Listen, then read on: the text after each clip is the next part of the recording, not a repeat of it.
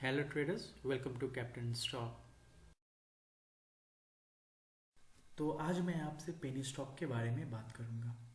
इन दिनों मार्केट में जो पेनी स्टॉक का क्रेज़ है वो काफ़ी बढ़ चुका है और इसकी मेन वजह है कि लास्ट ईयर लॉकडाउन में बहुत सारे जो नए ट्रेडर्स हैं उन्होंने मार्केट में एंट्री लिया है। और आजकल आप डेली न्यूज़ में देख रहे होंगे कि मार्केट जो है वो डेली एक न्यू हाई बनाया जा रहा है और इसी वजह से मार्केट में जो पेनी स्टॉक है उनमें भी तेज़ी आ गई। और इस तेज़ी की वजह से जो पेनी स्टॉक है वो रिटेल इन्वेस्टरों का फेवरेट बन चुका है। और इस भीड़ में आपको ये पता भी नहीं चलेगा कि कौन सा शेयर फाइनेंशियली स्ट्रांग है एंड उसे लंबे समय तक होल्ड किया जा सकता है, या फिर कौन सा शेयर है वो फाइनेंशियली वीक है एंड वो होल्ड हमें नहीं करना है। तो ये वीडियो बनाने के पीछे मेरा यही मोटिव है कि मैं आपको एक अच्छे पेनी स्टॉक को सिलेक्ट करने में हेल्प कर सकूं। तो ये वीडियो स्टार्ट करने से पहले अगर आप इस चैनल पे नए हो तो प्लीज़ इस चैनल को सब्सक्राइब करें एंड इस वीडियो को लाइक करें। तो अभी मैं आपको कुछ पॉइंट्स बताने वाला हूँ जो कि आपके लिए बहुत हेल्पफुल होगा एक अच्छे पेनी स्टॉक्स को सेलेक्ट करने के लिए। पॉइंट नंबर 1, शेयर को बाय करने से पहले आपको ये चेक करना होगा कि जो कंपनी के जो प्रमोटर्स हैं उनकी होल्डिंग्स है वो कितनी है। अगर वो होल्डिंग्स आपको 65% के ऊपर दिखती है तो इसका मतलब ये है कि आप उस कंपनी में इन्वेस्ट कर सकते हो।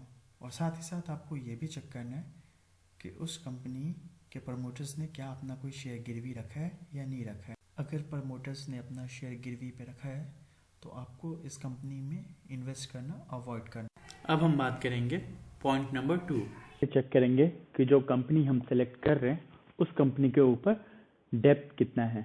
अगर कंपनी बहुत ज़्यादा डेप्थ में हुई और इस कंपनी के ऊपर अगर वो जो डेप्थ है वो लगातार इंक्रीज हो ही रहा है तो आपको इस कंपनी में इन्वेस्ट करने से अवॉइड करना होगा।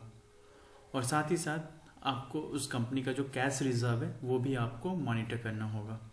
तो आपको जो डेप्थ फ्री कंपनी है आपको वही कंपनी सेलेक्ट करनी है।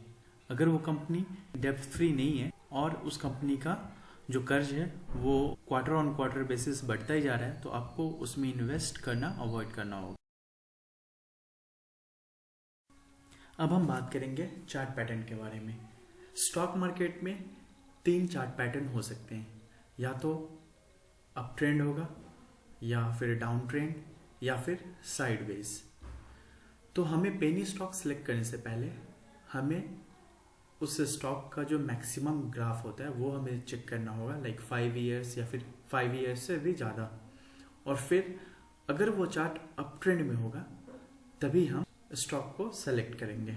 अभी प्लेन के एग्जांपल के थ्रू मैं आपको समझाने का ट्राई करूंगा कि जो स्टॉक होते हैं उनके प्राइस में राइज और फॉल कैसे होता है। अभी मैं आपके सामने एक एग्जांपल लेके आने वाला हूँ जो कि आप देखोगे कि अपने टाइम में वो एक दिग्गज शेयर था बट अभी वो पेनी स्टॉक बन चुका है। तो फ्रेंड्स, मैं बात कर रहा हूँ आरकॉम का, जो कि है रिलायंस कम्युनिकेशन। एक ज़माने में ये अपने सेक्टर का ये एक दिग्गज शेयर हुआ करता था बट अभी जो इसका प्राइस है वो 190 के आसपास चल रहा है। जिस भी स्टॉक का ग्राफ अगर ऐसा दिखे तो हमें उस स्टॉक को अवॉइड करना है। और अगर आप किसी भी स्टॉक को अपने पोर्टफोलियो में ऐड करते हो तो आपको कंटिन्यूअसली उसे मॉनिटर करना चाहिए। और एक बार आपको पता लग जाए कि इस स्टॉक में कोई फॉल्ट है तो आपको वो एग्जिट कर देना चाहिए।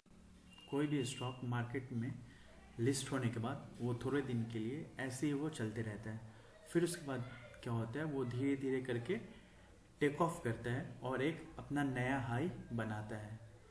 तो जो ग्राफ होगा वो भी कुछ इस टाइप का होगा। मैंने आपके सामने ट्राइडेंट का जो चार्ट है वो ओपन किया है और आप यहाँ पे क्लियरली देख पाओगे कि ये जो चार्ट है वो स्लो एंड स्टेडी ग्रो किया है। तो जो हमारा चार्ट पैटर्न होगा वो कुछ ऐसा होना चाहिए। आई होप कि आपको अच्छे से समझ में आ गया होगा। और अगर आपके सामने ये 2 चार्ट हो और इन दोनों में से आपको अगर सेलेक्ट करना हो तो आप हरदम जो अप ट्रेंड वाले स्टॉक होंगे वो चूज़ करना चाहिए। पॉइंट नंबर 4, जो भी हमने पेनी स्टॉक की जो कंपनी है वो सेलेक्ट किया है उसमें हम एक चीज़ और देखेंगे कि ये जो कंपनी है क्या वो अपने स्टॉक होल्डर्स को किसी भी फॉर्म में रिवॉर्ड देती है या नहीं देती है। रिवॉर्ड या तो डिविडेंड के फॉर्म में हो, या फिर बोनस के फॉर्म में हो, या फिर स्टॉक स्प्लिट के फॉर्म में हो। जनरली पेनी स्टॉक में हमें ये कंपनी जो है जो रिवॉर्ड देती हो वो काफ़ी कम ही देखने को मिलता है। और इसके साथ साथ आपको ये भी क्राइटेरिया चेक करना है कि इस कंपनी में क्या कोई फॉरेन इन्वेस्टर है या फिर कोई डोमेस्टिक इंस्टीट्यूशनल इन्वेस्टर हैं या नहीं है। और साथ ही साथ आपकी जो इन्वेस्टमेंट होनी चाहिए वो 5000 से कम होनी चाहिए। Last and most important point, correct mindset. Traders, अभी मैंने जितने भी पॉइंट्स आपको बताए हैं, अगर आप उस बेसिस पे किसी एक पेनी स्टॉक को फिल्टर आउट करते हो और आप उसमें कुछ इन्वेस्ट करते हो, उसके बाद भी आपका प्रॉफिट बने, इस चीज़ की कोई गारंटी नहीं है। क्योंकि इन्वेस्टमेंट करने से पहले आपका जो माइंडसेट होना चाहिए वो एक ग्रोथ की तरफ होना चाहिए। आपके पास बहुत ज़्यादा ही पेशेंस होना चाहिए, क्योंकि आपको इस स्टॉक को बहुत सालों तक होल्ड करना पड़ सकता है।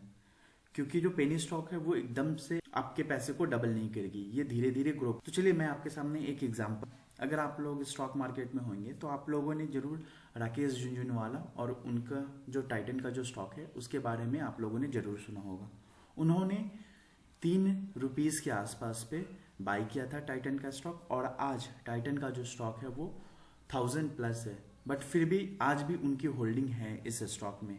उन्होंने इस शेयर को 18 ईयर्स से भी ज़्यादा होल्ड करके रखा है।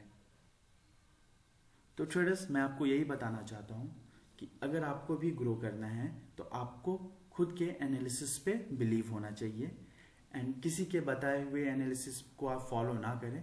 आप खुद ही एक पेनी स्टॉक को फिल्टर आउट करें और आप उसमें इन्वेस्ट करें, एंड पेशेंस और एक करेक्ट माइंडसेट के साथ आपको वो होल्ड करना होगा। Traders, please like, share and subscribe this channel and follow me on Telegram. Link is in the description. Thanks for watching.